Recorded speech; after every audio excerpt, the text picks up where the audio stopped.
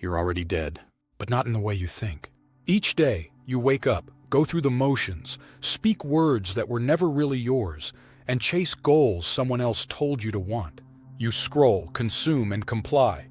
You follow trends, avoid silence, and fear standing still.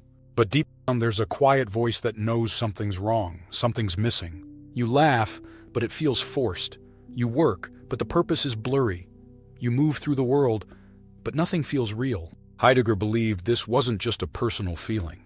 He believed it was a crisis shared by nearly everyone alive. According to him, most of us aren't truly living. We're imitating, copying, blending into the crowd without even knowing it.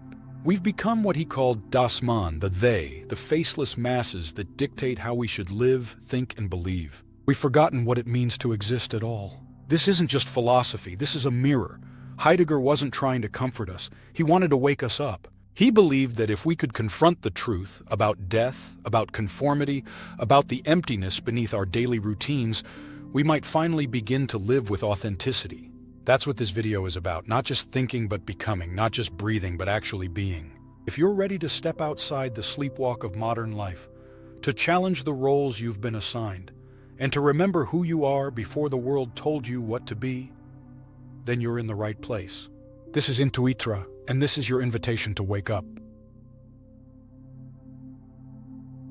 Heidegger believed that most people are not truly alive, not because they've died physically, but because they've surrendered their inner selves long ago.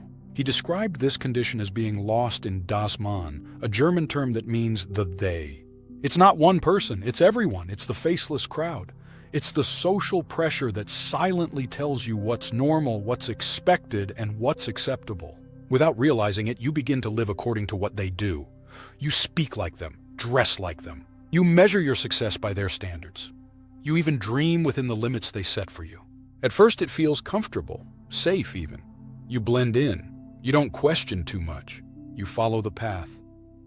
But slowly, something starts to rot. Life becomes hollow. The job you fought for doesn't feel like your own. The opinions you hold don't feel fully yours. You realize you're playing a part, but you can't remember how the script was written. This, for Heidegger, is the horror of inauthenticity. It's a kind of spiritual sleepwalking, a life where we exist outwardly but are dead inwardly, not because of malice, but because it's easier to fit in than to stand alone. He wasn't accusing people, he was warning them. Because once you're buried in the they, you start to forget that you were ever someone else at all. We think of death as something that happens at the end, but for Heidegger, it starts much earlier. It begins the moment you stop living from your own truth and start living through borrowed expectations.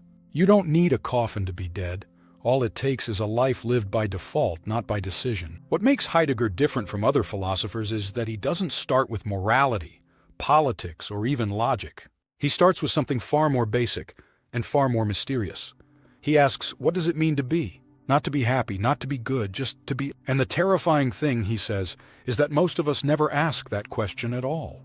We move through life as if our existence is obvious, as if it doesn't need to be examined. But Heidegger insists it does, because the moment we forget to ask what it means to exist, we start to lose the core of what makes us human.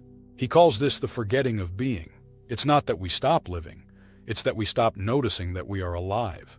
We treat existence like a background noise, something we never listen to directly. We stay busy, we chase goals, we fill every silence with noise. We scroll through content. We follow routines. We avoid stillness because if we were ever to stop, we might hear it. That haunting silence, that question echoing underneath everything, why am I here? For Heidegger, this forgetting is not just a personal issue, it's a cultural one. It's a sickness of modern life. We've replaced wonder with convenience. We've replaced presence with productivity. We've made life efficient, but we've lost the depth that once made it meaningful. And as we forget being, we become less like people and more like tools, objects, reacting instead of choosing, functioning instead of living. To live without remembering being is to drift through life without a center. You can achieve things, you can be praised, but underneath it all, there will always be a void. And the longer you ignore it, the more it consumes you from the inside. Heidegger believed that death is the one thing we cannot borrow from others. No one can die in your place. No one can live for you. And that truth, if you dare to face it, has the power to wake you up. He called this being toward death, It's not about obsessing over dying. It's not about fear. It's about clarity. When you truly confront your own death, not just as a distant event, but as something already happening, something moving toward you in every passing second, you begin to see life differently. Most people spend their lives running from this fact. They hide in distractions. They act like they have forever. They live for the weekend, for retirement, for someday. But death doesn't wait for permission. It arrives whether you've lived or not. And the worst kind of death, Heidegger warns, is the one where you never even realized you were alive. Being toward death is the opposite of avoidance. It's the decision to live every moment with the awareness that it's finite. It strips away the noise. The opinions of others matter less. The pressure to conform weakens. You stop living as a role and you start living as a person. Not perfect, not finished, but real. It's terrifying at first because death reveals that nothing is guaranteed, that everything you love can be taken, that no moment will come again. But in that same breath, it also reveals what's most precious. Every step, every word, every breath becomes something you've never had before and will never have again. Heidegger didn't want us to obsess over dying. He wanted us to use it, to let it shake us free from complacency, to help us stop wasting time, to break the grip of the they. Because only in the face of death can we finally remember what it means to be alive. Living authentically for Heidegger isn't about rebellion.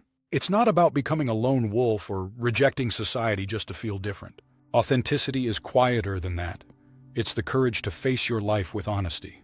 It's choosing to live according to your own understanding of what matters, even when it doesn't match what the crowd expects. In a world where so many people live through borrowed beliefs, to live authentically is a radical act. It means waking up to your own existence and saying, I am responsible for this life. But it's not easy, because the world wants you to stay asleep. It rewards comfort. It celebrates convenience. It whispers, don't question too much, don't look too deeply, just follow the path. And so you do.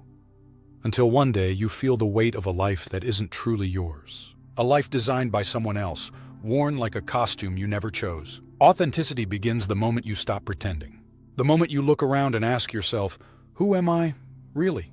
Not the version your parents hoped for. Not the role your friends recognize. Not the mask you wear at work. But the person underneath it all. The one who's been waiting, quietly, to be heard. To live authentically is to take that person seriously. To shape your values, not borrow them. To choose your path, knowing it may not be popular.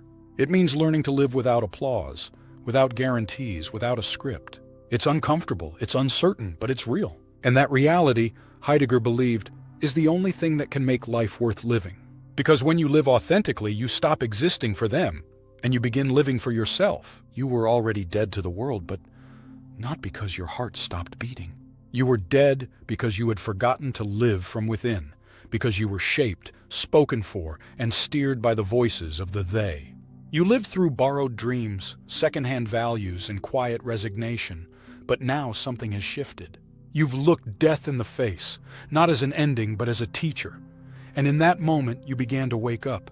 Heidegger believed that this awakening was a kind of second birth. Not the kind you can see in a mirror, not the kind others will applaud, but the birth of authenticity, the birth of your own being. For the first time, maybe, you begin to live on your own terms. Not perfectly, not fearlessly, but truly. And here's the strange thing. Nothing around you may change. The world still expects you to conform, still wants you to obey. But inside, you're no longer just a reflection. You're no longer a copy. You're something original. Someone who has heard the silence beneath the noise and chosen to respond. You're not free because you escaped death. You're free because you stopped hiding from it. Because you now understand that life isn't given, it's made. It's chosen.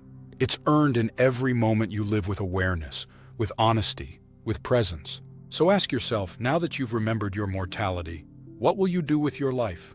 Not the one handed to you, the one you create. What will you live for? This is Intuitra, where we don't run from the darkness. We walk straight into it, because only there do we begin to see the light.